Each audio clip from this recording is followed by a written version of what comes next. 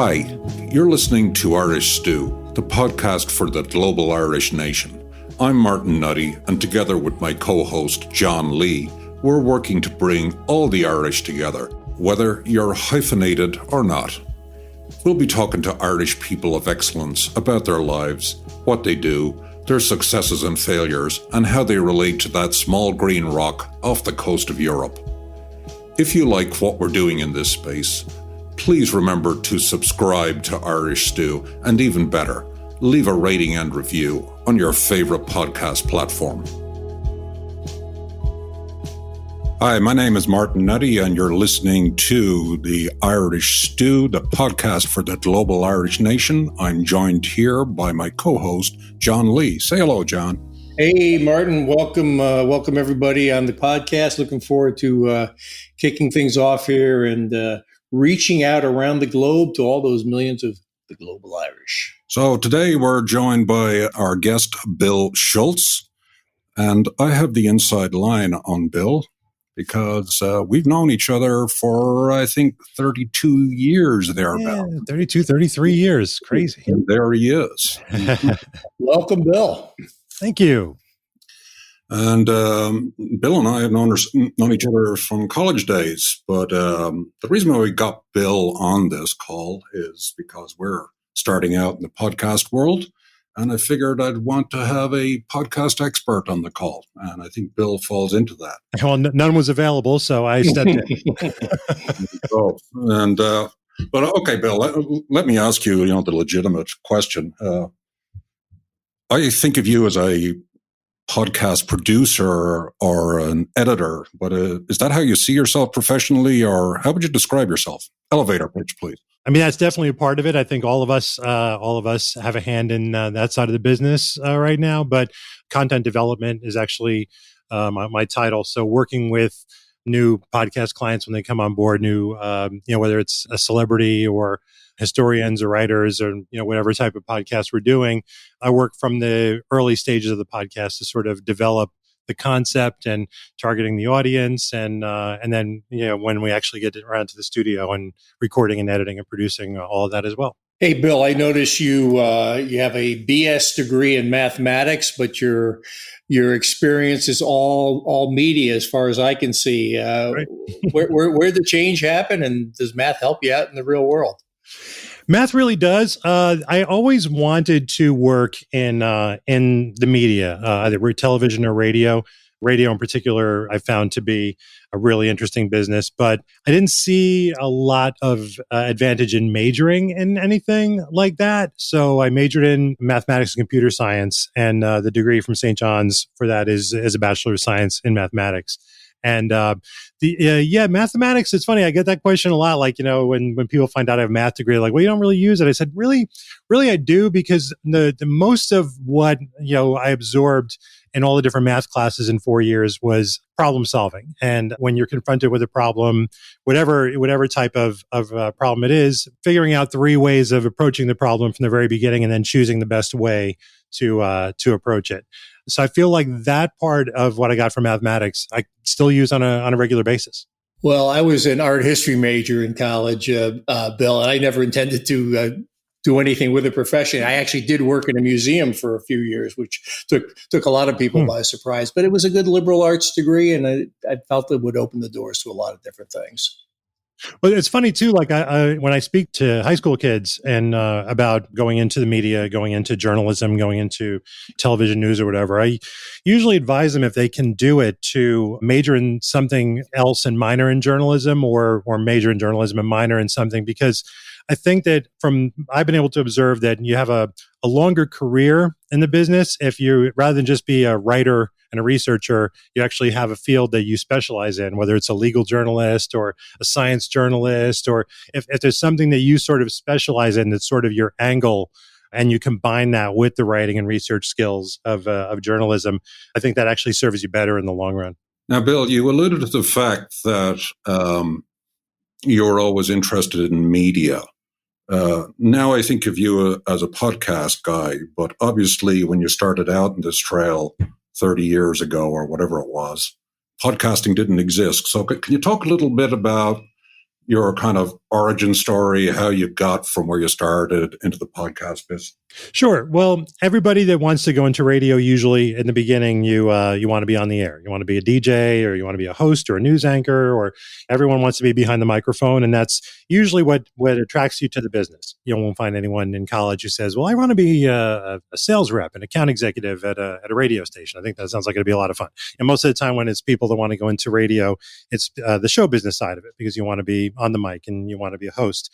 So when I actually got my first job at a radio station in New York, and it was Hot 103, which was a dance music station at the time. It's Hot 97 now. I was doing some helping out in production and doing some work in the production studio, learning how to edit with a razor blade back then, because we didn't do computers back in the 80s for that sort of thing. And when I got in, you start to see all the other departments, the marketing, the promotions, the sales. And I walked into the main production studio and I saw this guy, Rick Allen. He was probably like the premier production guy as far as creating all the things that go in between the records. And it was magical. It was so much fun. He really, there were no rules with what he did. He could write scripts, and it would be funny or dramatic, and he did all of the imaging, we call it, that goes in between the records of the radio station. And I said, I didn't know that job existed, but I like that.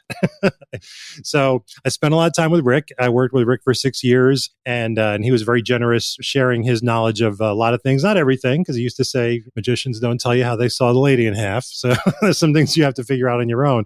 But, working with Rick, and then I moved on to another radio station, which was the country station in New York. In that job of doing the imaging, that radio station became WKTU, which is still around in New York City, 103.5. And so I got to be a part of the launch process with that, with a programmer named Steve Rivers, who has passed away, but probably one of the best programmers in radio all along, and learned a lot of great things from him about the business and the approach to the business. Can I ask you, you mentioned or you used the term a couple of times, imaging, and a neophyte, obviously, I don't understand that. So I'm kind of curious if you can explain exactly what that means. Sure. Imaging are the things that go in between the records on a music radio station. It'll be like the IDs with slogans or promotional pieces. It could be jingles. We didn't have jingles on Hot 97, but radio stations do have them. So sort of the slogan, the thing that comes in between on a music station, it might be today's hits, yesterday's favorites. Or on a news station, it'll be, you give us 22 minutes, we'll give you the world. Like just the production piece that has the slogans and and the music and, the bumpers going into breaks. And so it's almost like an audio brand, is it? It's an audio brand. It's gone by a lot of different names over the years, and the job that actually creates that stuff has gone by a lot of different names. It was production director when I started. Then it was creative services director, because those guys felt like, that's production is too bland. We're doing something creative. So now they pretty much say imaging director, because everybody knows inside the business that a station, needs to have imaging. So yeah, you have two departments of production in a radio station. One would be imaging, which is the production that promotes the station itself. And the other one's generally the commercial production, where you're kind of working for the sales department, producing commercials, any locally produced commercials and things like that. They're going to go, during the commercial breaks. So it sounds like imaging is more fun, right? Imaging's more fun. Commercials are more safe. Imaging is more fun, because commercials are obviously tied directly to revenue. And actually, one of the reasons why I've moved on to podcasting is because imaging is also one of the jobs that's largely been eliminated in the radio business. They still exist, especially in the larger markets, but most places you'll find if they own 5 radio stations, they'll have one guy doing all 5. In some markets you go, they just don't have anybody. They'll outsource it to third-party companies. And as the radio business has evolved, those jobs were found to be expendable, and especially imaging, in jobs like that, because it's not directly tied to revenue. I mean, if you go a few generations down, you could say, oh, of course, well, it helps to build the ratings for the radio station. And, and in the long run, that's going to benefit with revenue, but that's revenue down the road. And the way most radio companies do their budgets right now, they want to know, hey, what did you do today that brought in some money? Yeah, good consideration there, Bill. And I'm beginning to hear everything that sort of adds up to why you're doing what you're doing right now. But I got to ask Martin here. The guy's name is Schultz, Martin. I mean, this is the Irish stew. How does a guy named Schultz get onto our show? Bill, you got some Irish connections here? Well, I do. It's funny. On my mother's side, I always knew I was Irish. Both my grandparents on my mother's side were Irish. On my father's side, my grandmother was Irish. My grandfather, we assumed, was German, with a name like Schultz, or at least from that part of the world. But my dad actually passed away when I was 3 years old, so I didn't really grow up with much of a connection to their family. I'm not sure if they even were that connected to their German side of the family. So growing up in our house, it was all Irish and Irish traditions and things like that. And then have found out through DNA testing that really there's not very much German in there at all. Mm-hmm. It's more than 90% Irish, Northern UK, and that's kind of the part of the world where at least the DNA experts say that that I'm likely to have come from, which really surprised me because just I would have thought with my taste in music and my taste in art and things like that I probably would have had an eclectic DNA background, but as it turns out, mostly Irish, and proud of that. Well, you're really illustrating the point of who we want to have on Irish Stew, because we're looking at a different definition of what Irish is, and the global Irish, as they spread out, they pick up other nationalities as well. So I was kind of pressing you on this a little bit, but for example, I'm a part of a group called the Irish Business Organization of New York. Our past president's name was Melito. The membership officer was Sapinski. But they all had probably more Irish than either Italian or Polish. And of course, the Irish kind of wins out at the end. Of course. How could it not? Well, John, I have to tell you that I actually did a kidnap bill at one point and exported them to Ireland. Let's hear something about that. When Martin and I were roommates back in the day, around the college days, and I had never actually been off the continent. And Martin was going right after the holidays, going to visit his family in Ireland. He said, "Hey, you want to come to Ireland?" I'm like, "Wow, never thought of that, but yes, I would love to go to Ireland." So that was my first time going to Europe. Like I said, really my first time leaving the continent, and it was kind of I wouldn't say culture shock, but just like the difference in culture. Going to Europe in general, but especially going to Ireland. Here in America, if you have a 100-year-old tree in your neighborhood, everyone's like, "Oh, it's the 100-year-old tree." Everybody goes take a picture with it. And you go to Ireland, and if something's 1,000 years old, that's still kind of new. There's so much history, and going to Dublin. And just loved the city, just loved the entire vibe of the city. And, we got to go out to, Newgrange and Slane Castle and Wicklow and going to all these just beautiful, beautiful places. And the air was almost like water. It was just such a different experience. And I loved it. I've been back several times since. Okay. Why don't we kind of steer back into the business thing a little bit? You alluded to the fact, or didn't allude to the fact, you basically explained that you started out in the radio business.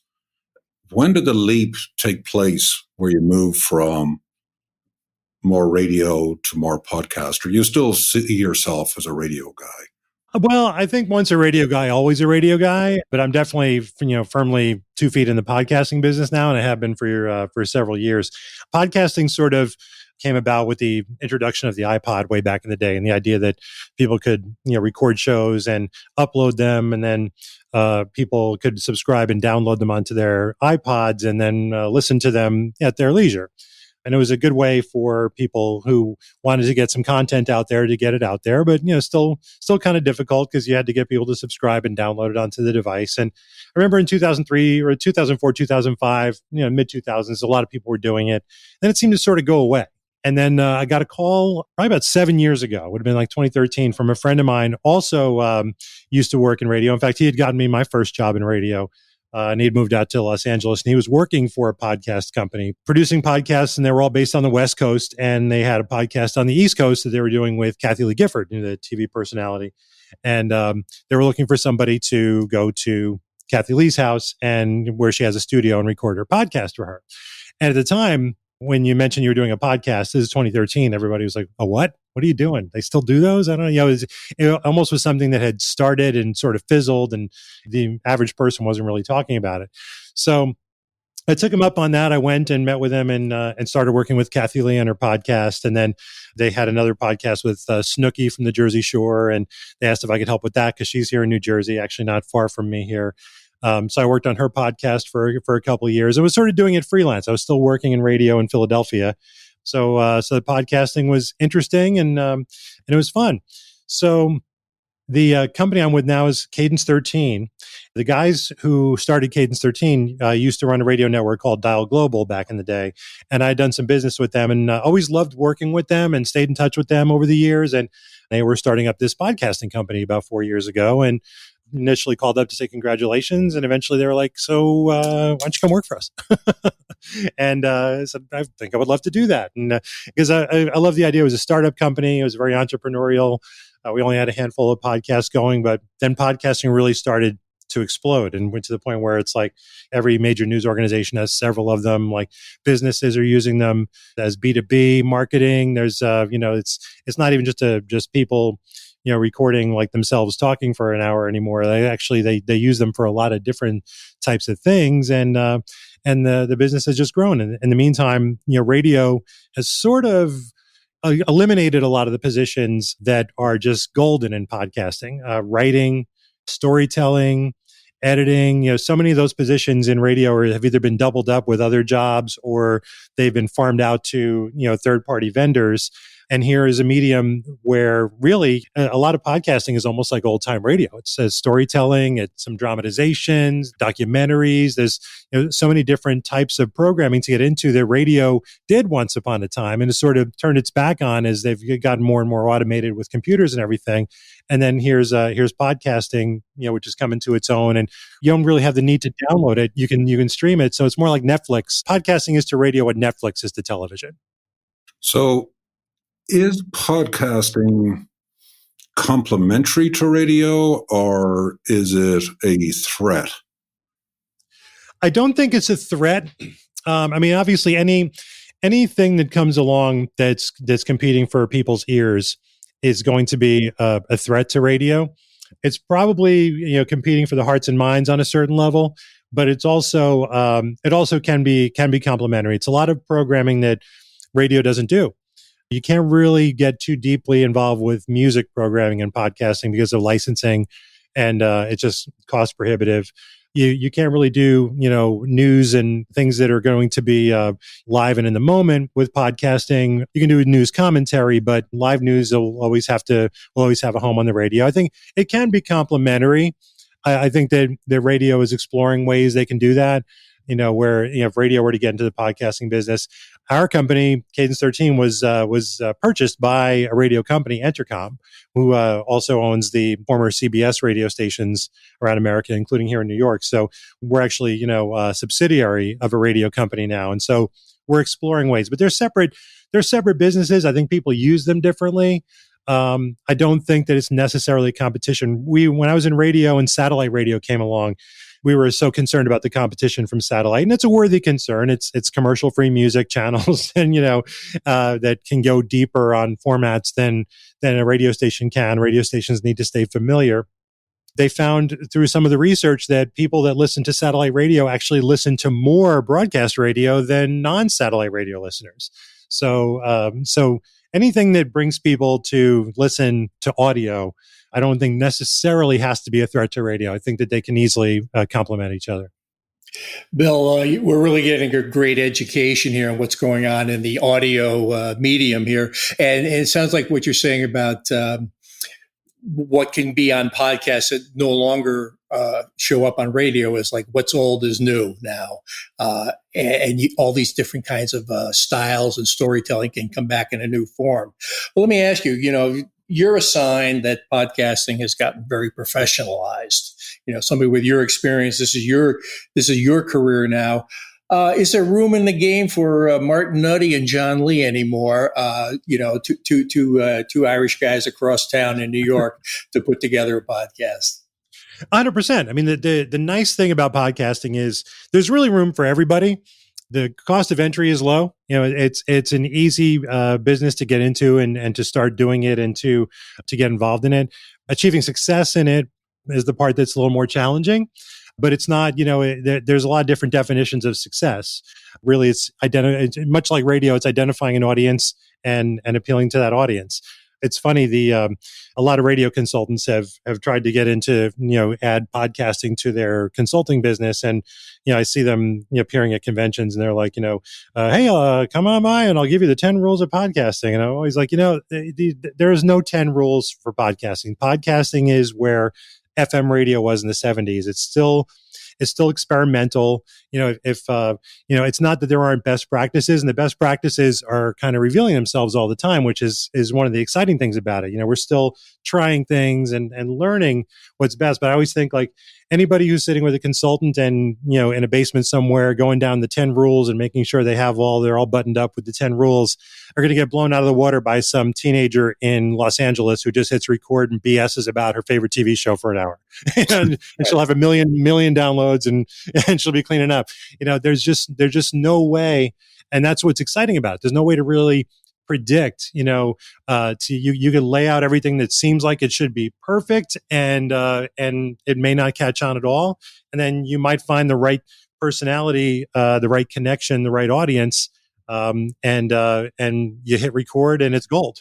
But yeah, to answer your question, that's the nice thing about it is you can get into it. It's not like if you wanted to do a show like this 10 years ago, and you were doing it on the radio, you would have to go pitch it to radio programmers. And, a radio programmer is going to say, well, what other stations around the country have a show like this? And you say, nobody. It's something new. It's something that we're trying this new. Like, yeah, we're not really into new.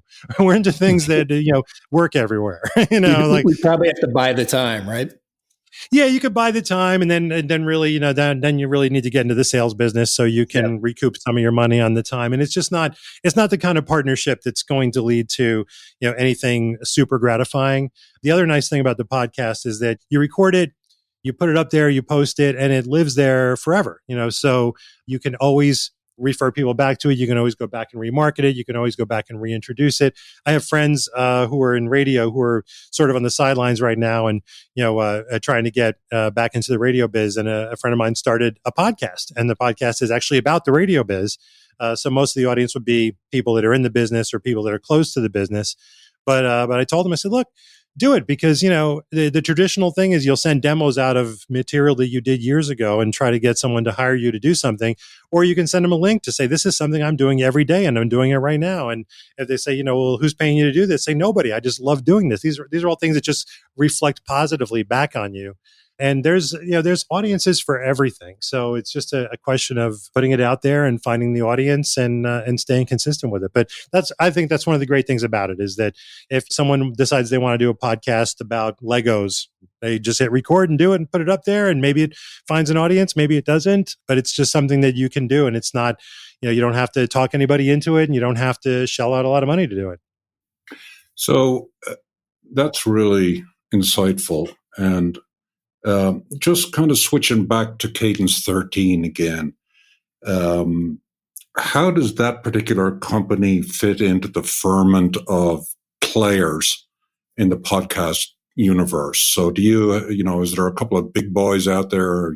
I would say, you guys have got a significant footprint. Well, there are several companies out there, and a lot of other companies are acquiring companies now that want to be in the business. Because if you have a company like our company that started about 5 years ago, we spent some time building it up, and there are a few other companies like that as well. If you're Spotify or Google or Apple, or your company that's looking to get into it, acquiring someone who's already doing it, is a great way to establish yourself quickly in the business. We have been very fortunate in that, we took a very customer focused approach when we started. The idea is we wanted our content partners to feel that we could be as involved or as uninvolved as they needed us to be. If they had an idea and it was something that they, for a show, and it was something we could help them develop and we can help them market, we can host it, we can sell advertising into it. We can handle basically every single aspect of it, or any one of those aspects. If the person wants to handle, of the things on their own, but they'd like us to do the sales, we can do something like that. Like, There's just so many different aspects to creating it and monetizing it. But some of the best partnerships that we have were created through collaboration, working with a great bunch of people, everybody from, historians to documentarians. It's been a great learning process for us as well, like to get into, working in the documentary world. And that's an area where, being from radio, like I said, where I've produced promos for radio stations all these years, and now you're producing a documentary where you're using sound effects and original scored music and, maybe and occasionally actors to portray different parts, and interviews with people who are actually involved and narrators. And it's such a fun, medium to create a soundscape in. And I think there was a lot of that in radio back in radio's inception, and not so much of it anymore, just because the usage of radio has changed. It's more music and news and talk. And, like I said, the storytellers are in podcasts. Well, let me ask you, radio was limited, in terms of how far away from the tower you could be to hear the signal. Sometimes you could be pretty far away, but, at some point it fades out. So there was a locality to radio. Podcasts, being on the internet, we can listen to them anywhere in the world. And of course, we have a global topic here that we're working on. The Irish stew is supposed to be the glue for the global Irish nation. Are you seeing anything in global podcasting, cross-border podcasting? Obviously, we're English speakers, so that's going to be one limit on our audience. But are you seeing podcasts that are working, cross borders? Well, I see a lot of the podcasts, particularly on the sort of pop culture and political sphere, that get listening all over the world. We get the metrics for all of that. We're able to see which countries things are being listened to, what regions things are strong in, and it's really kind of eye-opening to see, without any kind of marketing in Lithuania, you're number 6 there on a certain podcast. People are finding it. People are, finding it. And it does go, like you said, that's one of the exciting things about the medium, is that you're really not, especially with the streaming, because most people, I don't think, really download them onto the device anymore. I think, as long as you have internet access, you're able to just stream. And I know I was in Puerto Rico shortly after the hurricane a few years ago, driving around in a rental car, and I hooked up my iPhone to the Apple Play in the car, and I was listening to podcasts. You're driving around, not near the city, you're out in the middle of of the island, and there was even problems with electricity in the island, and there you were able to listen to podcasts, and even podcasts that I'd produced. And just the idea that they're so ubiquitous. And at the same time, radio has gotten like that as well. I mean, there are apps. Most of radio stations are streaming in one form or another. Most of them are on different apps, so you can kind of go anywhere and listen to any radio station too. But yeah, radio stations are, for the most part, locally focused, and it is kind of exciting to know that the podcast can really be listened to anywhere where it's permitted, anytime. Also, can I ask, is there a danger that I see a fair amount of chatter, let's say on podcast blogs, etc., that there's a concern that a couple of corporate behemoths are going to roll up this whole business and basically dominate it and squeeze out the smaller players. Just kind of curious what your take is on that notion. Well, I know the corporate behemoths would love to be involved in it. I don't know that they're trying to squeeze out the smaller players. I think they would rather acquire the smaller players if there's any possibility that it can be monetized. I mean, like the Joe Rogan podcast, which was one of the most popular podcasts out there. You always see it at the top of all the lists. He signed an exclusive deal with Spotify, because Spotify also streams podcasts like Apple does, like Google does. But Spotify has a deal with Joe whereby at the end of this year, I believe, you'll only be able to stream his podcasts on Spotify. So he won't be available on the other providers. I don't know whether that's a good play for him long-term, whether it is or it isn't, but he's already so established. I can't imagine it would matter too much. It's a great play for Spotify because, once they have people on their platform, then it helps with discovery of other things that they have on their platform. And all of our podcasts are on Spotify and radio.com and Apple and Google Play. But see, the thing is, and maybe there's a little bit of cynicism creeping in, in the back of my mind. Because when I started in radio, every company was allowed to own one AM and one FM in every market, and we were very competitive. And every station had a huge staff. And as consolidation happened over the years, pretty much a couple of companies bought up everything. And I think that in the long run, that's what created an opportunity for podcasting. I think the more you squeeze out things that you don't want to spend money on, those things will eventually reemerge somewhere. So in podcasting, I mean, from a standpoint of anybody can create a podcast and publish it and really go out and sell advertising into it if you want to, or partner with somebody that can do that. There'll always be the opportunity to do that. So I think no matter how many of the companies that are bought up by larger companies, there'll always be the chance that the three of us can get together and come up with a great idea that we like a lot and publish it and market it and, get somebody behind it and sell advertising into it. So it'll be hard for big companies to squeeze people out that want to get into it. But yeah, I can definitely see them acquiring anything that's going to have a possibility of making a lot of money. Well, you're talking money and monetizing advertising. And Bill, I don't know if this is accurate, but I saw a statistic before we got on together about a 41% increase in podcast advertising revenue over the past 12 months. Now, here on Irish Stew, we take the principled stance that we do not accept advertising until someone makes us a good offer. Then we change our policy. But I was getting worried there for a moment. What do you see? With advertising, is it going to be? Is it going to get out of control? Is it going to? The major difference in podcast advertising, and most of it, is the really effective podcast advertising is actually done by the host of the podcast. And, in radio, they have the recorded commercials and they have what they call live reads. Usually it'll be during the morning show if you have a high profile personality like a Howard Stern. When he was on satellite, but especially when he was back on broadcast radio, it costs a lot more money to have Howard Stern read your commercial live than it would to just have a commercial with the afternoon guy voicing a script.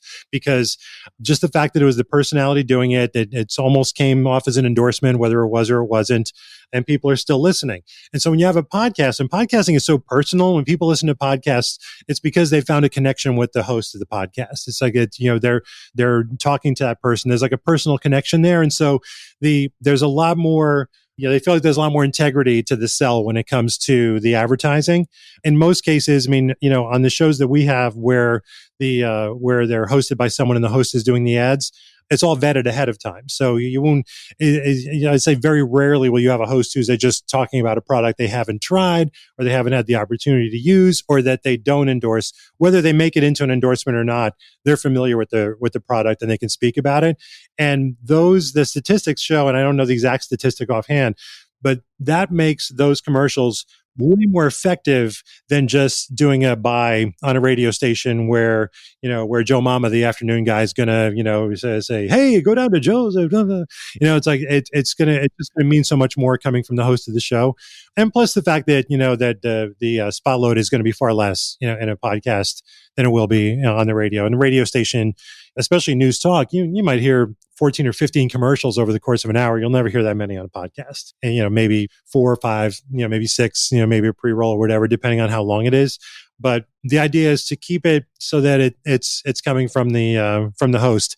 And that can present its own set of challenges too, depending on the type of podcast that it is. There's one that I produced that gets into some serious topics. And sometimes it sounds a little bit funny to, come out of a situation where someone's discussing their deepest, darkest thoughts that they've had, in their lifetime. You're like, hey, pause for 1 second so I can talk about Mack Weldon underwear. It's just like, sometimes that can be kind of difficult.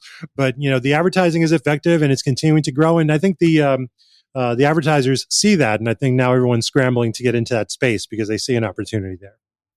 So, at Cadence 13, you guys obviously do a soup to nuts kind of podcast service, but you also originate your own content. So you can tell us, a couple of the podcasts. I have one in mind that, listeners might be familiar to. Okay, well, an example of, we have a department called C13 Originals where we produce documentary style podcasts. One of them is called Gangster Capitalism. It's hosted by Andrew Jenks, sort of a news documentary style show. We did a season on the college admissions scandal. We did season 2 on the NRA, and not judgmental about the NRA or Second Amendment, just as much as the organization itself and some of the things that went on in there. We did a podcast called Root of Evil, which was a partner. It was a companion podcast to a mini series that was on TNT that dealt with the Black Dahlia murder in Los Angeles. A few months ago, we partnered with John Meacham, the historian, to do a podcast series called Hope Through History, where we took, with everything going on in the world today, we went back and basically we did 6 episodes basically dealing with other times that the country has been in crisis and how we came through it. We have a tendency to look back on those times as those people were superhuman, getting us through the Cuban Missile Crisis and polio and the Depression and the flu in 1918. But those were just regular people, much the same as us. They were dealing with this and getting through it. And the idea of the podcast was sort of to explain what happened through interviews with historians. Obviously, John Meacham is a great storyteller. And also, to use actualities from speeches and things. And the message from the podcast was really, we've been through this before and we'll get through this now. And usually in a podcast like that, we'll spend months in development on that, between meeting with the host and what the concept is going to be, and then getting writers involved and editors and getting interviews booked and things like that. And we really scrambled to get that one together quickly, and it just came together so nicely. And also John Meacham is on television almost every night on the news, so that definitely helped with the promotion of it. I was going to say he's a witty guy, John Meacham. Yeah, he's terrific. I would love to be able to have his writing skills, where he basically, he says, "Oh, what do you need? Well, we need an episode. How long does it need to be? 12 pages. Okay, well, I'll start it around 2. I should have it for you by this evening." You're like, "Oh, great." With me, it would have been like, "I'll have it for you. What's it? July? I'll have it for you by September." Yeah, I can't recommend that podcast enough. So I can give it another shameless plug. But thanks, Martin. I love doing. I've actually listened to each episode multiple times, and it's kind of nice to hear my old college roommate's name come up in the credits at the end. What's the title of that again? That one is A Hope Through History by John Meacham. That's part of our shameless plug service. We underscore. And then we have content partnerships that we do also. One of the most notable probably being with Crooked Media, who does Pod Save America and Pod Save the People, Pod Save the World, with friends like these, a bunch of other news topical focused podcasts, and really working with Pod Save America. That's where Jon Favreau, Tommy Vitor, John Lovett, who were both working in the Obama administration. And they had a podcast when they were working in the White House called Keeping It 1600. And when at the end of the Obama administration, they came out, decided they wanted to start a media company, which they called Crooked Media, and their flagship was going to be Pod Save America. And fortunately, they chose us to partner with them on developing that and getting it rolling. And that's just been a great experience. It's and those guys are a great example of, they're brilliant guys who are also funny guys. They have the right combination of humor, but seriousness about the topic, integrity about the topic, and just lightning in a bottle. It's one of those things, you hit record, they do their thing, and their audience is huge, that loves to hear them. They do that show live in places. They've done it in Radio City Music Hall and a lot of other places, live on stage, which is a whole nother business that's come about with podcasting, is actually doing it live on stage somewhere and selling tickets. Geez, Bill, if you're interested in podcasting, you got to listen to this podcast, because you've really given everybody a primer on the dynamics of the business, the trends in content, what's working, what's not working, really great stuff. But at this point, I want you to, in the theater of the mind, imagine the tin whistle coming in right now and a plaintive air, and you're in the mists of Ireland. You mentioned the the air was like water. Too often it is like water. It's raining. So just kind of, we'd like to kind of bring you back to Ireland as we wrap things up here. And you've been there a few times. Any real a little vignette, a memory, a person, something, or something that came across to you that really sticks with you in your visits to Ireland? Well, there are so many great ones. I think probably the first day of my first trip ever to Ireland, and Martin and I didn't sleep on the plane at all. And it's an overnight flight, and we ended up getting there in the morning. And so the object of the game was to stay awake for the entire day, so that we could get adjusted to the time. And there was one point on that day where we went to Howth, and we'd gone up in there, and I believe, I forget the name of the pub, Martin, that we went to, but I just remember it's up on a mountain. And when we, after having a bunch of Guinnesses by the fire, and I remember coming out and looking down at the Irish Sea, and it was just the most remarkable thing for me. Like I said, having never been outside the U.S. before, to look down at that and just go, wow, like this is a beautiful, beautiful place. And the connection was just so profound to me, at that point, and really just set the tone for the rest of my time there on that particular visit, and every time I've been back since. Excellent, Bill. That's a great way to kind of leave us wistful for Ireland. For sure. Bill, thanks so much for the insights, and look forward to having you on here again at some point to let us know how we're doing in the podcast ferment. For sure. Be glad to. And thanks for having me on, guys. I really appreciate it. It's been a lot of fun. I'm glad to come on at any time, and I'm looking forward to listening. Thank you. Much appreciate it. Thanks for being on the Irish Stew. So, John, I really enjoyed that interview. I feel like we got an education on the podcast world. Obviously, Bill is operating on the professional frontier, whereas we're just getting ourselves started. But the one thing that came across from that conversation was the notion that essentially podcasting is the new frontier for people that are ambitious about making their mark in the audio arts. It seems to me, the way Bill describes it, is that radio has become increasingly formulaic and really a platform in many respects for either the playing of music or talk radio, whereas the real kind of creative stuff that's happening is in the podcast world. So if you're an original content developer where they're looking for writing skills, or they're looking simply for decent vocal performance skills, this is the space to be in. Yeah, Martin, I really agreed with you that this is kind of required listening if you're interested in podcasting as a medium, a great way to get a look at how it's evolved and what the higher end professional possibilities are in podcasting, and all that good observation Bill made about podcasting and how it relates to radio and how it's different than radio. Really valuable stuff.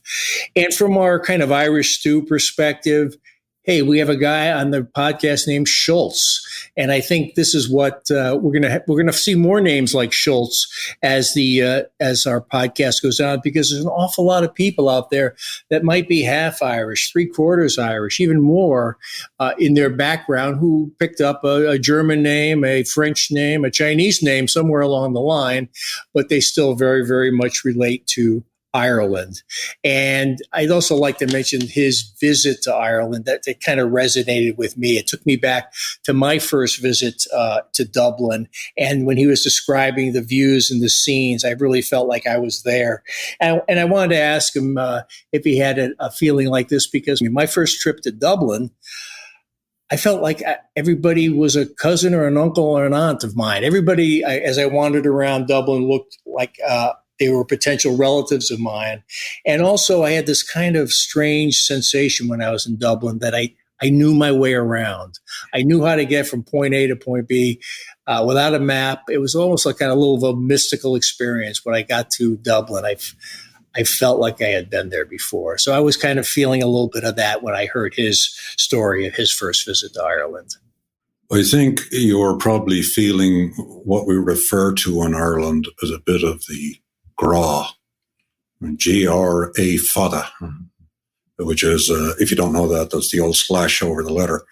And gra is simply the word for love.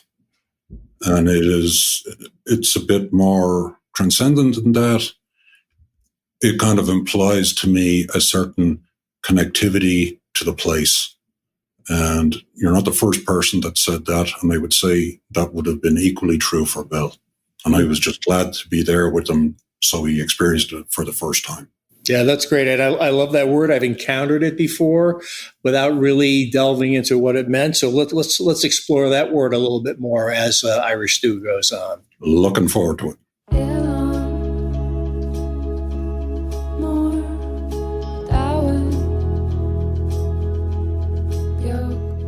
Thanks for joining us for another Global Irish Nation conversation. To see what we're stirring up next, follow us on Twitter at Irish Stewcast or like us on Facebook at Irish Stew Podcast. And you're very welcome to join Martin Nutty and me, John Lee, anytime for another serving of Irish Stew. Irish Stew is produced by John Lee, Martin Nutty, and Bill Schultz. Editing, mixing, and mastering by Bill Schultz. Music on Irish Stew was composed and performed by Rosa Nutty, with Donald Bowens on drums, Cathal O'Riordan on bass and synthesizer. For more on Rosa Nutty's music, please visit rosanutty.com.